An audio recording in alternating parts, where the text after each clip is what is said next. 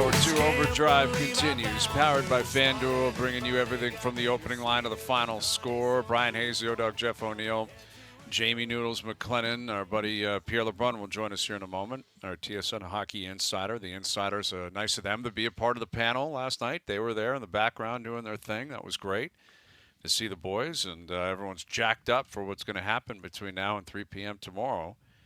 And we'll see what Pierre can tell us on, Mikko Rantanen, on the Boston Bruins, the St. Louis Blues. What are they going to do? The New York Islanders, what are they going to do? And where do the Canadian teams fall in line here? Saw a bunch of tweets. There's been a lot of talk how the Leafs have kind of zoned in on Brayden Schenn, or whatever you want to call it, inquired. And I don't read people's comments too often, but one comment that I saw that does make sense, it's like, how old is he? Is he 35? Is he 34? 33. He's 33, I believe. 33 with 3 years left? Mm-hmm. But am I missing something? I know he's a good player, but he's got That's your Tavares replacement, yeah. Is he better than John Tavares? He's different. He plays differently, for sure. He's got a different... Yeah, but keep in mind, John Tavares has a very good season. At some point... the Steven Stamkos could happen. The other, that's what you're looking at is to get ahead of things, not behind it. But I think what you're asking, though, is how much are you supposed to pay for that? That's my thing. If people are you. why is the price so high? They go as far as to say St. Louis should almost be throwing in sweeteners. What? Oh no, that's ridiculous. He's not sweeteners, but they're he is a good player, Jamie, but the idea of asking for a king's ransom in return when he's got 3 years left, I think that's a stretch as well. It depends on what you define as a king's ransom. A guy somebody who's a junior star and done nothing at the NHL level yet, who projects to be good players, you don't know. I mean, I'd go back to Julien Brisebois' comment yesterday. You want a bunch of picks or you want good players on your team? If you acquire Brayden Schenn, you're a better team tomorrow. Right. That's the thing. And you deal with things in the future, cap going up. I don't think he makes $10 million a year. What does he make? Makes $6.5, which is not cheap. I mean, again, he's a good player, Brayden Schenn. He's not a superstar player. He's not a guy that. No, but he's a different type of player. He is. Different ingredient. It's not about I'm not taking a shot at him. I like him as a player. He'd be a good player. He'd be a good Leaf. It would be, a lot of teams in the league would love to have him, for sure. But I lean where O's at in terms of, I don't see the only explanation is that it's a seller's market right now. And there just aren't that many options Gordon out Bjorkstrand, I believe, was 2 firsts. 2 firsts and a second. Yeah. And they gave up a younger player and I think a 5th-round pick or whatever. Yeah, Esamond, but the thing is Bjorkstrand, I believe, has terms. So they've got the player moving forward that they like. And, you can afford it. You said this yesterday, Hayes, and you're right. You don't have to – and Julien Brisebois owes nobody any explanation. He just points to the rafters and goes, I'm all in here for this group, and I'm keeping this train going until we have to become Pittsburgh or Chicago like they had to it happens, right? But it's different when you're Toronto because you can't point to the rafters and go, look at what we've done. You've got to be a little bit more mindful because you've gone in for the Folignos. You've gone in for guys like that at the deadline. I understand what you're saying, but I think people have to get off this mindset that the team is going to look exactly the same next year, regardless of what happens. Because I think people that are you got to lock in John Tavares. I think that's crazy to think that. I'm sorry. That's how I feel. At some point, his game is going to drop off, and if you're on a long-term deal or a 4-year deal or something, that's what you're going to be stuck with. Yeah, you've got to be proactive. Don't even get me started. I've told you guys for 6 months now the abuse that I take in public. They better sign him to 5 times 7. That's Joe from the bridge. You wouldn't believe how many times 5 times 7 makes sense, and I'm like, I have to. I'm just like, that's assaulting me. Well, and those are they're separate scenarios, Tavares and Schenn and all that. And I guess the point is, though, at some point you do have to put a limit on what you're willing to pay. No kidding. You can't just say I love the guy, so just fleece me and take anything you want. I'll give it to you. You can't do that. I mean, you got to. Right. You have That's to be. fair. You can't Within get reason. fleeced just because Doug Armstrong says Hayesy, that's what's the cost deal you. about the house? Yeah, it's worth whatever someone's willing to pay you. That's right. Yeah, but that goes both ways. A lot of times there's smoke and mirrors out there. Oh, it's going to cost a fortune to get this guy. Then he gets traded, and you're like, what? How? That was nothing. I got a second-round pick. What happened there? Well, the market wasn't as big as they thought it was. Or you pushed, teams to go different places, and you didn't have the same market left anymore because they went somewhere else. Yeah. Here's Pierre LeBrun, our TSN hockey insider. Maybe you can clarify this, Pierre. The price of Brayden Schenn. Everyone's got a different viewpoint on what it should be. He's 33 years old. He's got 3 years left at $6.5 million. Yeah. Can you clarify what it would take to make the move and why St. Louis might feel obligated to ask for so much if they're asking for so much? So, I've been mentioning this all along that he's a great test case for the old eye of the beholder discussion. There are a lot of people that view Brayden Schenn and his remaining contract as great value with the salary cap exploding like it is over the next 3 years. Any on the other side of that? There are other people who view that and say, well, wait a minute, we're taking a bit of risk here taking that on, so maybe it shouldn't be as much as you guys are asking for. Mm-hmm. It is one of the most fascinating situations, I think, in the league when you talk about guys that are, that players that teams are calling on. The Leafs obviously really like this player. That's why they've made so many calls on this with St. Louis, and they're still engaged, and they have been with St. Louis in the last 24 hours to see if there's a fit. The difficulty, and this is why the Leafs were also still hanging in on the Islanders and Brock Nelson. And I know that today, my understanding is the Flyers and Leafs had another call on Scott Laughton. The Leafs have to keep spreading their darts because the Blues don't have to trade Brayden Schenn, so you can't put all your eggs in one basket. You don't want to be left there saying we spent all this time trying to get Brayden Schenn and then realize that the Blues are like, we'll talk this summer, which could happen. Right. So that's why I think it must be hard. It's not fun for Leaf fans to follow along and see all these names. And the reality is that's what's going on. Is that Brad Treliving continuing those calls and getting a better sense of the price and the deadline approaching and what ultimately they're going to do. Well, here's something for you guys, just on the fly here. It all being considered, if you pay the same price, I don't know what that would be. We don't know what the cost of doing business. Who would you rather have, Ryan O'Reilly or Brayden Schenn? Because I think they both have term left on their deal, correct? Yeah, Schenn they has do. an extra year, right? I think Schenn has an extra year at more money, I believe, too, Noodles. So I think I would say Schenn, even though I love Ryan O'Reilly as a player, but for two reasons. One is that Brayden Schenn has played for Craig Berube, and so there's a history That's there. cheating, though, Pierre. We're just talking about the player. Well, so is O'Reilly. O'Reilly won a Conn Smythe on that team. Well, yeah, they both played for him, but O'Reilly had a chance to sign in Toronto and didn't, right. And I don't know if that matters or not. But and I also think, frankly, if Ryan O'Reilly had his druthers, he wouldn't get dealt. He's very happy in his family in Nashville, and that's another thing I take into consideration. So, I think my pick would be Schenn. Okay. Pierre, you got to explain something to me. You just mentioned Nashville. Why are they engaging in trades with the Pittsburgh Penguins? Do you have any explanation to what the hell that is going on there? Yeah, listen, I was surprised by that deal as well. Two teams not making the playoffs. I think my sense is, in all seriousness. It's like the Spider-Man meme where the two Spider-Mans are like pointing at each other. Well, yeah. But I You think You stink too. it may make more sense at the end. I guess at the end of tomorrow is what I was going to say. Okay. Is that some trades set up other moves, and I have a sense that might be the case here, especially in Pittsburgh case. I mean, I think Kyle Dubas is ready to keep Luke Schenn because he signed for another year after this year because he loves his game and his leadership. But I think the smarter move is if he gets what he wants, he should be flipping Luke Schenn before tomorrow afternoon, I think. And I know that Pittsburgh's open to that. So, and honestly, I hope it happens for Luke Schenn, who's such a great dude and didn't ask to be traded. He signed in Nashville, presumably so that he could finish his career there, and they bought a house there.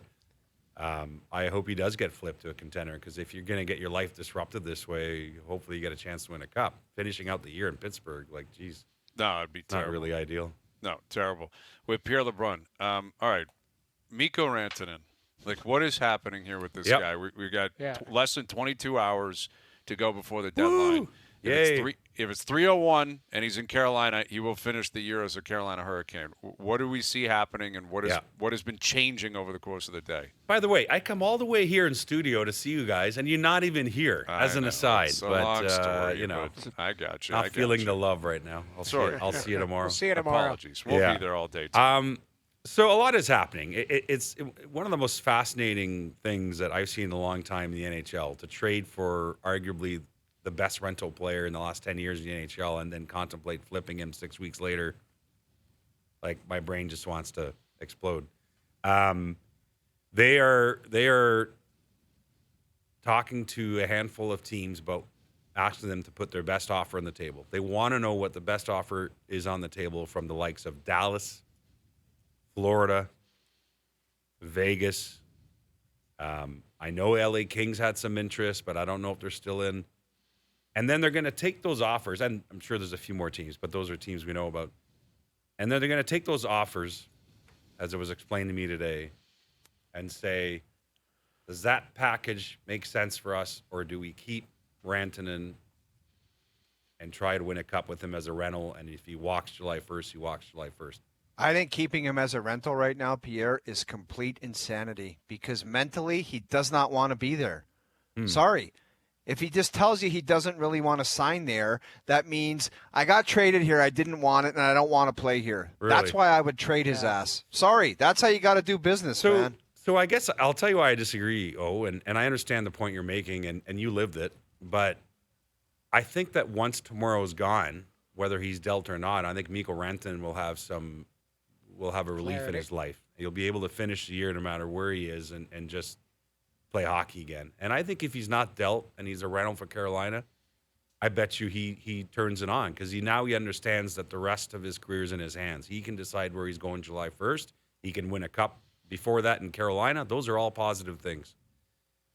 He got pushed into a corner here in the sense that Carolina wanted to know what his answer was to their contract offer by the trade deadline tomorrow at 3. Well, he gave their answer, as I tweeted about this morning. Well, what he told them, I believe the specific answer was, we're not in a position right now to give you an answer on it by 3 p.m. Friday. That's what his camp communicated to the Hurricanes. That's basically no. Right. I'm just saying. Yeah. Okay. So now the ball is in Carolina's court. And listen, I guess it's hard to answer in a vacuum what I would do, because I don't know exactly what those offers are going to look like from a Dallas or a Florida or a Vegas or whatever. If they can turn around and get something close to what they gave up to Colorado and Martin Necas and Jack Drury, then I've been wrong all along, because I think it's literally ridiculous to be flipping this guy 6 weeks after you traded a lot for him. But if they get something that makes sense tomorrow, and maybe one of these teams puts a package in there that may surprise us, because they have a feeling that they may end up having a decent chance of signing him at some point before July 1st. Maybe is sign and trade out of the well, is that just not possible? Signs with Carolina today and then they flip him to the team tomorrow? Is that possible or no? So what I was told today is that the Hurricanes have not given permission to teams to speak to him about that. Okay. But yeah, that doesn't change the fact that teams that are willing to step up in a meaningful trade offer probably have to have a sense of whether they have a chance to sign him at some point. I guess I'll give you an example. What a great idea. Well, I mean, Noah Hannafin wasn't a sign and trade last year at the deadline, but he signed an extension, 2 weeks later with Vegas, I think, after the trade from Calgary or something like that. So I could see that kind of scenario where it's not a sign and trade, but we have at least a sense of we got a chance to maybe extend this guy to at some get point. It done. Yeah, but if it's Florida or Vegas again, go ahead, Noodles. Well, I was just going to say, he's shaking his head. But I guess you just got to bow down at that point. It seems like it's the same teams every year. It's like, okay, Vegas has found a way to do something, and they got Riley Smith back, and it looks like pennies on the dollar. They're familiar with him. feels like every big deal right now that Right. I'm sure that you're swirling around and you have to keep things behind the curtain. Florida's name or Vegas's name is attached to it. I mean, they've got some cap room, and I don't know how Vegas does it. Kachuk's on LTIR, so Florida's got cap room, and Shea Theodore is out for Vegas. But if you ask me to rank the plausible scenarios, and again, this is just really me with. Yeah. I have some information. I don't have the whole picture, so this is just me. For what it's worth. Yeah. My number one option is Dallas for Rantanen, I think. And number 2 is he stays put in Carolina before I get to Vegas and Florida. I could be completely wrong, but obviously they're all options, but I'm just ranking them for you. Okay. Well, listen, Dallas is a really good team, and, no state tax, all that kind of stuff. They got some money to play with down there. With Pierre LeBrun, our TSN Hockey Insider, saw Chris Johnston tweeting out that I guess, teams calling on Brad Marchand are not being told no as of now. Mm-hmm. Boston's an intriguing one. They're kind of the St. Louis of the East for me. They've been in the playoffs. They're not really in it. Are they in it? Whatever. Right. Take us through their plans with Marchand, Coyle. Is Brandon Carlo available? What do you see happening there in Boston? The Bruins, as another team said to me yesterday, the Bruins have had a lot of different things going on in their war room. Like, they are probably among the most active teams in terms of making calls and taking calls. They got a lot of juggling they're doing right now. And I think what has happened there is they went into this deadline a week ago thinking they'd be buyers and sellers.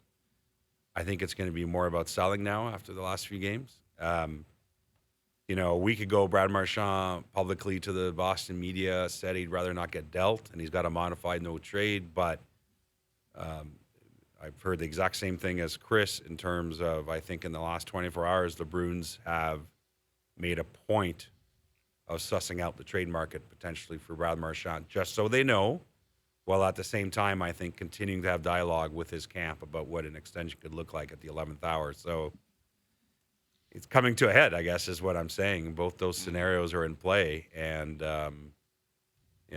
it seems crazy to even think that the captain of the Boston Bruins could be dealt, but it is a possibility. Yeah, they're not going anywhere right now, and I guess he could re-sign with them in the summer if he wants to. Don't you think there'd be a lineup for him or no? I mean, yes, I do. I think there'd be a big marketplace, and that's part of why, if he gets dealt, I think part of the explanation that will come from Don Sweeney is probably going to be, listen, where we are, we need assets, and we love this guy, but the interest was high, and I think that's part of what we'll get. Other than that means they will have also not been able to come to terms on extension, which, by the way, could still happen. And then beyond him, are you buying that Charlie Coyle, Brandon Carlo, big right shot defenseman still in his prime? Like, how deep could it go in Boston? Yeah, they're definitely listening on Carlo, who's probably the most intriguing of all the names you gave out there. That smells to me more, Brian, like call us, but, make it count. Pay up, make it count. Significantly. Right. Yeah. They're intriguing. I mean, this is one of those real crossroads moment for one of the league's great franchises that has been good for a long time, but the bill has come up finally after all these years in this system. So it's a really reminds me a bit of Washington a couple of years ago when I thought they went down a really clever path, but at the time it wasn't that obvious, right? So let's see what Boston does here. With Pierre LeBrun, our TSN Hockey Insider. So, we began talking about the Leafs and Brayden Schenn and the value, and they're calling on him and Brock Nelson and Scott Lawton. Beyond that center ice position, is there anything else the Leafs you believe are targeting, and how crazy could the Leafs get between now and 3 p.m. tomorrow? Well, certainly our understanding today is that center and D is still absolutely, when they're calling around the league, and we're hearing from other places around the league, center and D, center and D, center and D. They're still on that track. So again, right-hand D, right shot D would be the preference. And when do they narrow that, Pierre? Like, when do they circle around and circle around and circle? It's 5:20. I know. The day before. Well, I know. Like, but when do they actually decide? Well, okay, we're going to go with that. Like, what if so often what happens, to be honest, is that you have 4 or 5 names on your list and 3 are gone suddenly, and you're like, uh-oh. And that's why, Pierre, I love the Jim Rutherford approach where he does his business in December and January, and it's it's done. And to be fair, puts the his Leafs feet actually, up on deadline. The Leafs actually in the last 5-6 years have been one of those teams. The Leafs haven't really waited till the last minute most years, so this is a bit of a throwback scenario for Toronto. But what about San Jose? Like this Ferraro defenseman, I like him. Like so do I.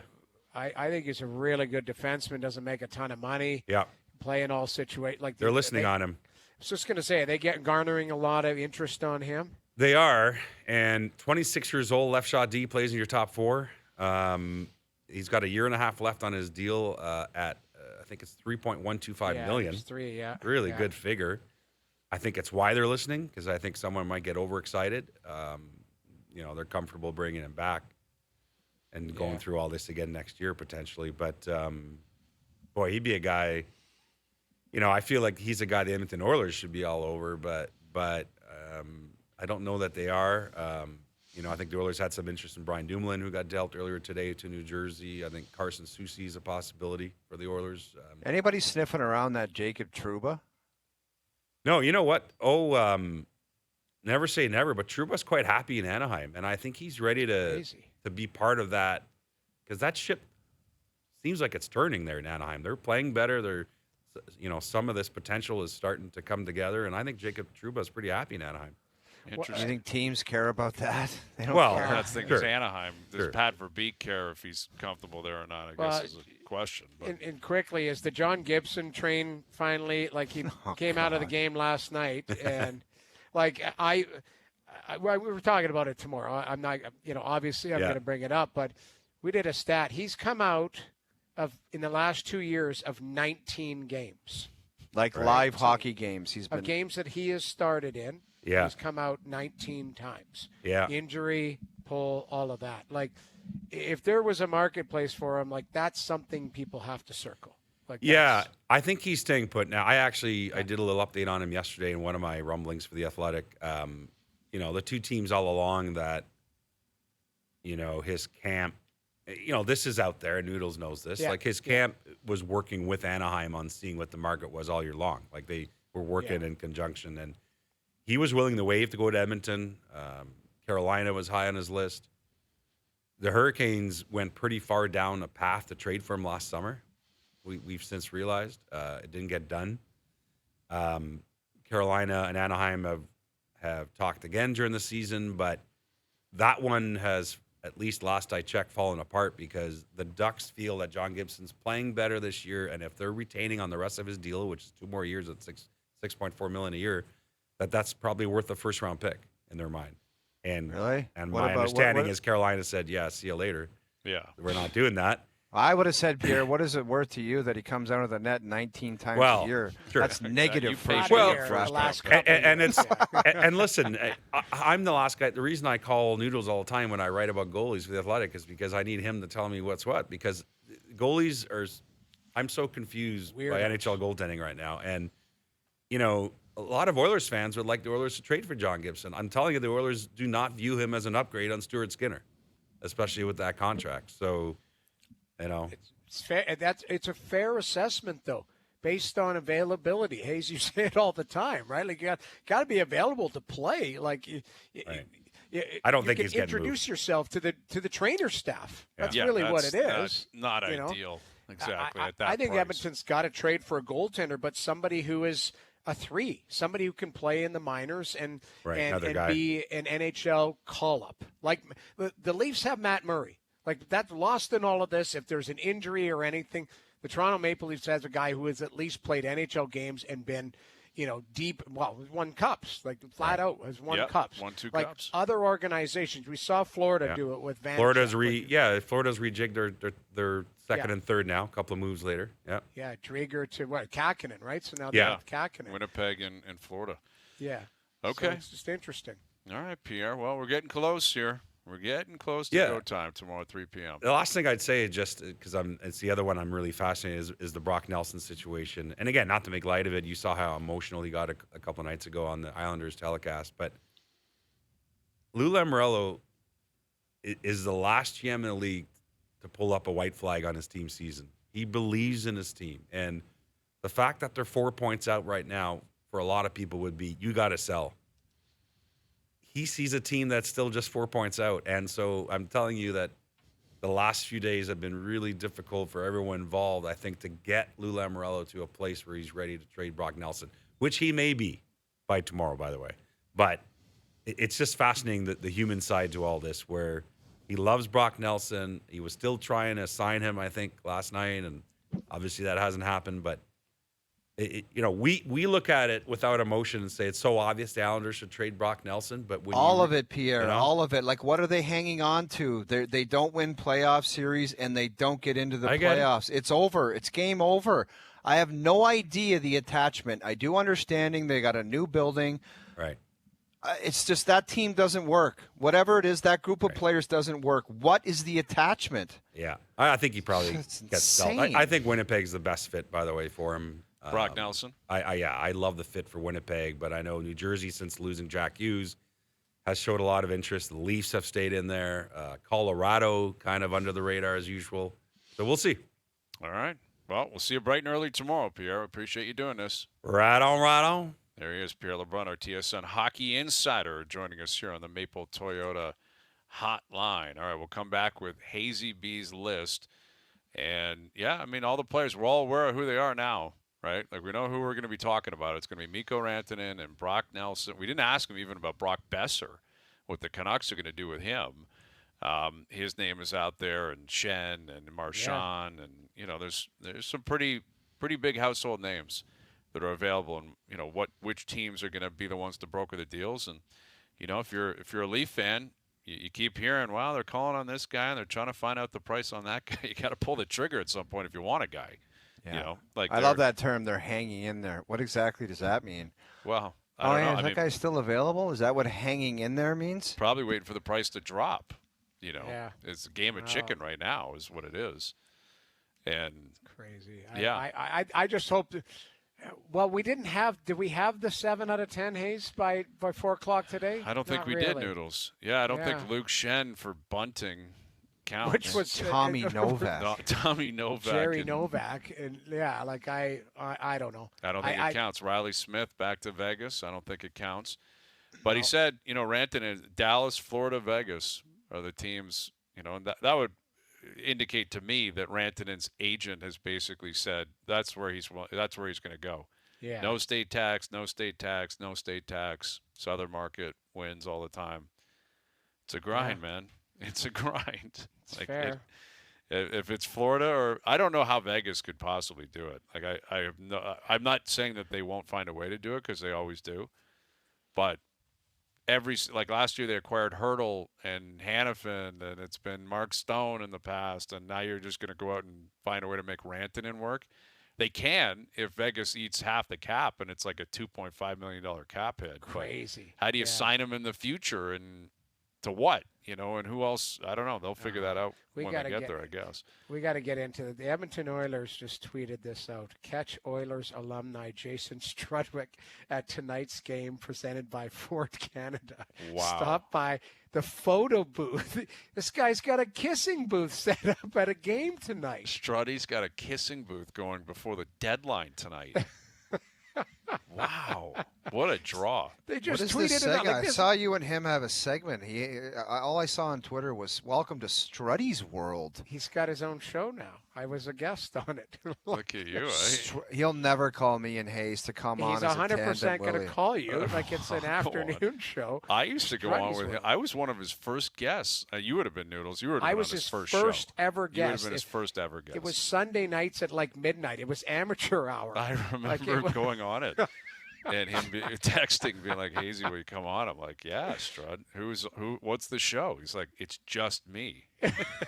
For 3 hours. Yeah. 3 hours. And you know what? I was teasing him about it because he had a list of things he wanted to get to, and he was hell bent. I could have said the sun, the sky was on fire. He would have been like, "Noodles, you got a lazy glove." Like he had all of these jokes he wanted to get to. Right. It was Wayne's World. It was totally. so funny. Totally. The scripted lines. Like, oh, that's a funny line right there. It's like, oh, okay. Yeah. It wasn't really, I was kind of being serious, Strud, but yeah, there it is. Catch Kissing Oilers alumnus Jason Strudwick for tonight's game presented by Ford Canada. Stop by the Ford Maverick photo booth at section 115 for a chance to snap a pic with Struddy. Wow. I hope he's wearing that helmet. I hope he is too. He'll have his A-game suit on and a pair of jeans. So we got to get a report. Somebody's got to give us a report. Yeah, we need a picture of him in the kissing booth tonight. Yeah. All right, Hazy B's list coming up. Darren Pang will join us. We've got Dear Hazy B in an hour. Our best bet still to come as well. Overdrive continues. TSN 1050 and on TSN 4. Darren Pang in half an hour. Dear Hazy B in an hour.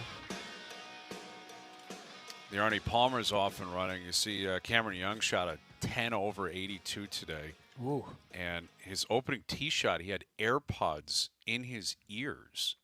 I didn't even think that was legal for some reason. I don't think it would be.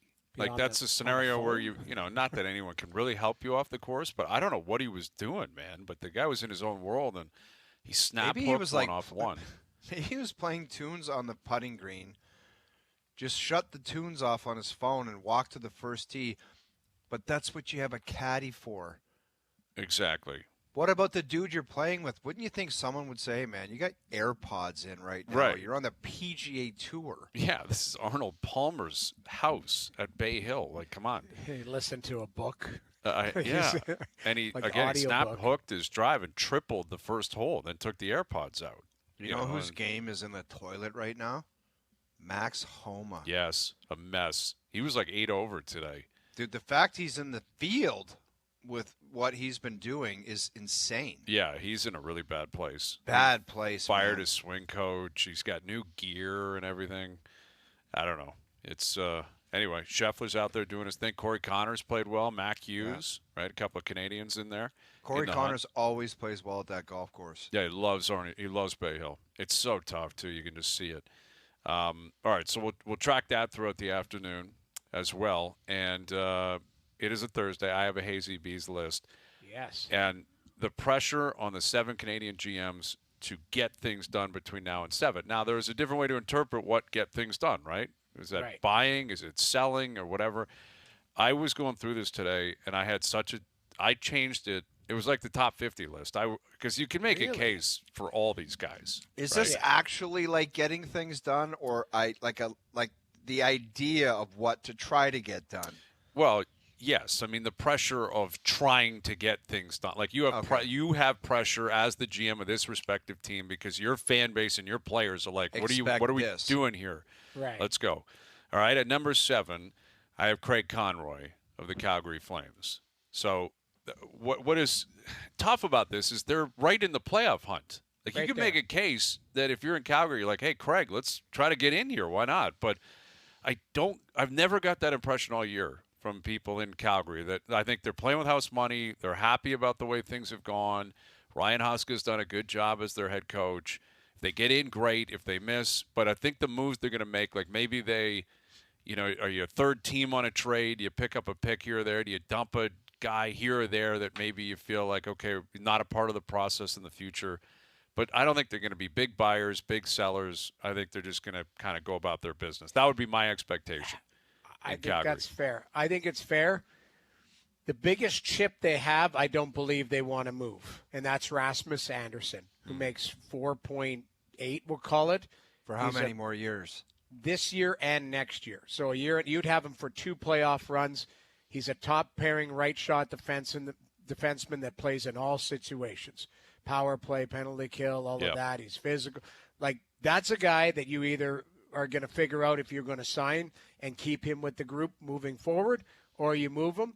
But sounds like they're going to stand pat. I don't know. Again, I act like I know stuff with Calgary. I don't. But the biggest thing is they're in a playoff spot right now, and a lot of that's got to do with the kid who could be rookie for the year. Dustin Wolf, for sure. He's been fantastic. Been outstanding. So I agree with you, Brian. I don't think there's a lot of big moves to be made, but it doesn't mean that if somebody doesn't come calling for and get crazy for Kadri. Regardless, any moves, guys, they're not going to be heavily scrutinized. Exactly. That's the point of the pressure, right? Pressure being the operative word. I don't think in Calgary they're like, Craig, you got to do this. You got to do that.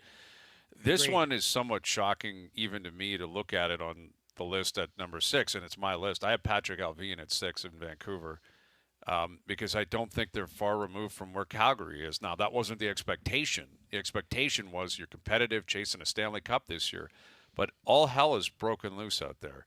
No. And now I'm like, if you're in Vancouver, the pressure is to clean it up. Yes. But I think you got to be realistic in terms of whether or not you could do that between now and 3 p.m. tomorrow. I 100% agree with you, Brian, because I was asked about it. I actually just went at a different way. I just said, get your house in order. Like, that's really what they need to do. They got to figure out if Pettersson can be sorted out. They got 3 Petterssons on their team. Literally, the last name Pettersson. 3 Petterssons, right. 2 defensemen and the star forward. They got to get him going. You got to figure that out. So I don't think it's massive moves. You do have to figure out what you're going to do with Brock Besser. That's the only there is that pressure pops on out that. That is an element of pressure for sure. That you could make the case maybe Alvin and the Canucks would go up a little bit, but pressure in terms of this year, the stretch run, competitiveness. I have Patrick Alvin at 6. I have Kent Hughes at 5 in Montreal. Yep. The Habs again. I think are playing with more house money than anyone, including Calgary. Maybe not. I mean, Calgary and the Habs might be on a similar pathway. But, the Habs, they've been rebuilding. They kind of went scorched earth. They're young. They're trying to figure this out. They do have some pending UFAs that they're going to need to make decisions on. But, they just signed Jake Evans. That is somewhat of a sign that, they're still in it and they're pushing for it and they're going to do it somewhat quietly. But I think in Montreal, they're pretty happy with the way this season has played out, all things considered. And I think they're reasonable in Montreal. They'd love to get in. You'd love to get in if you're a Habs fan. But I don't think there's pressure that he's got to do something one way or the other. Well, Hayes, the problem with, just people are like, get rid of all these guys. Like, you get to a point where training camps 3 months after the season, and then you're like, we need to put some bodies on this team. Right. You got to play. What I mean? So to just say get rid of guys to get rid of them, that's why prices are so high, because teams aren't just going to get rid of players for the sake of getting rid of players. Yeah. Exactly. Agreed. Exactly. Unless you're Pittsburgh and Nashville. Unless you're 2 teams like Pittsburgh and Nash who are trying to mix it up. They just wanted to make a transaction. But didn't San Jose acquire Vinny Desharnais too? Like, he's been moved 3 times now. This Desharnais. Vancouver, Pitt, San Jose. Yeah. I know. Well, I don't know if that's the Oilers were onto something letting him walk. That's I always think of guys like out. that Esimont that got dealt in Tampa, like a young guy, probably has a cool condo in Tampa Bay, flip-flops and shorts. Oh, beach parties, dating girls. Then he gets the you're going to Seattle, across the country, and they're not going anywhere right now. And I heard Seattle's awesome, but it would just be, he would have a cool gig in Tampa. Like, it would just be a cool gig. Yeah, it would be a cool gig. Yeah. It would be very cool. All right, the 7 Canadian GMs in Canada, the pressure list. At number 4, I have Kevin Cheveldayoff of the Winnipeg Jets. This is where you could make a case for the 4 remaining guys. I could listen to any of you jockey these positions. I could listen to all of them, because Winnipeg has been a great team this year, but they've hit a bit of a skid. They haven't been scoring goals lately. It does that second line. I think most people have conceded like that's something that they're going to try to attack. They kind of have to. You got Namestnikov up the middle. You've got Perfetti playing largely on the offside on the right wing. Like, what are you going to do there to upgrade? You can always add depth, and you got to hold on to that top spot too in the division. Like, you still got to get there and hold on to it. And there's pressure in that market for sure on Cheveldayoff. And last year he did something he generally doesn't do. Like, he went in on Toffoli and Monahan, and they got 5 games out of him in the playoffs. Yeah. You can't be gun shy. You got to do it again. And you know what? You don't want to mess with that group. Like, it looks like they're a tight group. It looks like they're playing well. They're connected, but you still want to add, because you are going to run into injuries and inconsistencies, and it'll test your depth. So I agree. I think Chevy's right in the middle there. He would be my 4 based on pressure, because the team is playing so pretty. Well. I thought it'd be higher. Not going to lie. Best record. I thought. Just again, of the best record. It's. I think Winnipeg. You got to be happy with the way everything's been going this year. You got to be happy with the way they've been built and the way they've been playing. Well, but what's the price that you pay? So when you look at their roster. And I like their third line. I think it's the best third line in hockey. But their second line is Ehlers, Namestnikov, and Perfetti. So are you saying, do you, without upsetting the apple cart, maybe you're looking for a top 6 to just a little bit more I think that's scoring? pretty clear. It sounds like Brock Nelson maybe, Do you go get Ricard Raquel? You got to determine who's playing up the middle of the ice. Do you keep Nemesnikov there? Do you bump him back to the wing? The only thing I would say about that line is that they're small. They're not like you look at. They're light. Yeah, they're good players, but Ehlers not a big guy. He competes really hard, but not a big guy. Nemestikov, not a big guy. Perfetti, not a big guy. Yep. So maybe there is, you're right, if there's Nelson or somebody like that with a little bit more beef to him, that's maybe where you're looking, right? So Kevin Cheveldayoff of the Jets at 4. Number 3, Stan Bowman of the Edmonton Oilers. Stan Bowman of the Edmonton Oilers. Now, they made the Frederick deal. And the reason the pressure, I got him at 3 is because this Evander Kane clarity thing is clouding my judgment on what they're going to do or what they can do. Which is, it's a confusing scenario because Rashog tweeted out today he hasn't worked out back-to-back days. Right, I think they've got to him and said, playoffs if you want to play here. And he might And I think that makes sense. I think you kind of have to do that. Like, you kind of just have to wink, wink, nudge, nudge. Guess what? We love you. We want you to stick around, but you can't play until the playoffs. And if that's the case, then there's pressure to use that money, right? You got to use the money. You got to get up to the cap, and you got to make some moves. And they're in the biggest rut, really, of all these teams. The way they're playing, they're not playing well recently. And I would have them higher. I would have them. Well, just based on I think there is identifiable holes in that roster where they're a very good team. They got depth. They got all these things. But there is, they need a number 4, either a 4 or a 5, depending on where they like Kulak, who can play in the 4 hole with Nurse, and he's played well with him.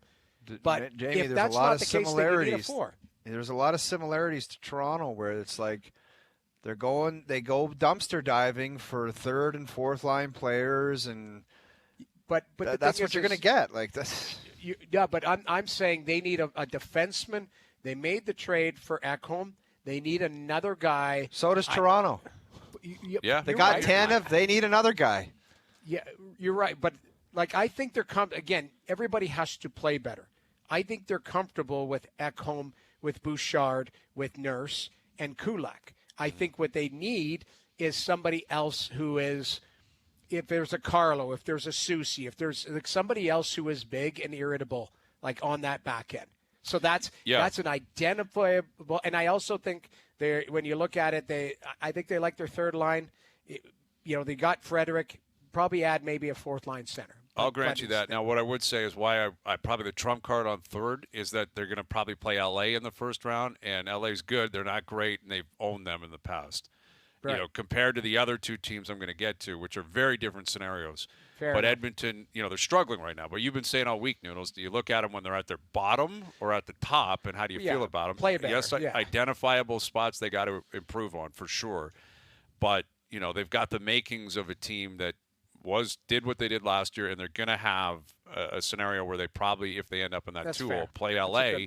I like the position they're in more than if the Leafs are in the 2 or 3 hole and they're playing Tampa or Florida. Fair enough. Yeah. Quickly here, number 2. I got Steve Stais at number 2 in Ottawa. And this is more about the fact that for years you've told your fans, rebuild's over. This is the year. We're going to do it. Different coaches, different players. Yeah. And it's like, okay, you got it now. You're in there. You're right there. You're right there. What are you going to do? Are you going to try to make a move or 2? I think there's pressure in the market here that is different from the other markets. Yeah. Because it's about, you got to get in here, man. Edmonton and Toronto and Winnipeg, it's can you win a cup? You got pressure to try to – that's not what people are asking for in Ottawa. But if you miss with 87 points and the 88 points Detroit gets in, that'll be a sickening feeling in Ottawa. That would be, man. It'd be sickening feeling. It'd be like all the years you couldn't get 90 points. It was this year. Right. You couldn't add a piece or 2 in the lineup, especially with the injury concerns. Will Norris make it to the end? Right. And on defense, they've now had some injuries, right, to their depth players, Noodles. Clevin, their number 5 is out week to week. Right. But you're right. Shabbat left last night, but it sounds like it was sickness. So you're right. I think he should be in the 2 hole. I actually might have, based on what you were talking about, have him higher, but I know where you're going with the league. Well, and number 1 is Brad Treliving, and that in large part because of what's happened with the other 2 teams in the division the last couple of days. Whether that's reasonable or not, when we're talking pressure of the fans. Let me just interrupt you. Is Seth Jones a needle mover, Hayes? Well, does he automatically make them a contender? I don't know. They're a contender already. But that's the point. Do you think, with or without Seth Jones, do you think the Leafs are definitely beating Florida? I don't. No. Do you think without Bjorkstrand and Gord, Tampa was definitely the only point I'm trying Leafs? to make is Yanni Gord, Bjorkstrand, those like Seth but Jones. They are better, and they were already good teams. Can't argue that. That's the whole thing. Yes, not needle movers, not future Hall of Famers, but already good teams with pedigree that actually win. And the Leafs are sitting here, and it's like, listen, they keep saying, we believe in Austin, we believe in John, we believe in Willie, we want to sign Mitch. Well, if you believe in them, then you got to prove that you do. Like, it doesn't matter what anyone else is thinking or what the value is or what the other pieces are going to be. This administration, with Keith Pelley there, MLSE, a new ownership in terms of all the power in Rogers, I think there's pressure on the Leafs to be like, if you keep telling everyone this is going to work, it's year 9, it better work. Right. So, defense, center, they need some help, this team, I think. Yeah. All right, there you go. There's my list. Pressure is arbitrary. Everyone sees it differently. They define it differently. Sure, people will be very civil in their reactions to that list. The first time you did a list, I don't agree with a lot of it, but I thought it was well presented. Well, thank you. I appreciate that greatly. Darren Pang in 15. Dear Hayesy, be at 6:30. Overdrive continues. TSN 1050 and on TSN 4. All right, Darren Pang coming up. He was calling the game last night. Alex Ovechkin scores again. He's 10 back of the record. Crazy. 9 back of tying Gretzky. 10 back of setting a new record. And he could do it like around the same amount of games Gretzky did it in, which is incredible. When you consider like what, Wayne Gretzky's stats and all that, it was just absurd. But, yeah, Ovi, man, I think it's going to happen. It feels like it's going to happen this year. Think if there was no, work stoppage, COVID, this guy would be. Yeah, absolutely, man. He got hit with, even his rookie year, he would have been in the league, but there was the original lockout. Yeah. He got drafted in 2004, I believe it was. He would have stepped right in and played that year. So he got hit with 3 lockouts, I think, and then COVID. And you're talking about 1,000 goals potentially. This guy, absolutely, he could be at 1,000 goals because he would at 19 he would have scored 50 or 45, for sure. He would have stepped right in and scored 40 plus without question. A full season with a lockout that's throw another 40 in there. It's crazy. Yeah, he'd be over 1,000 already.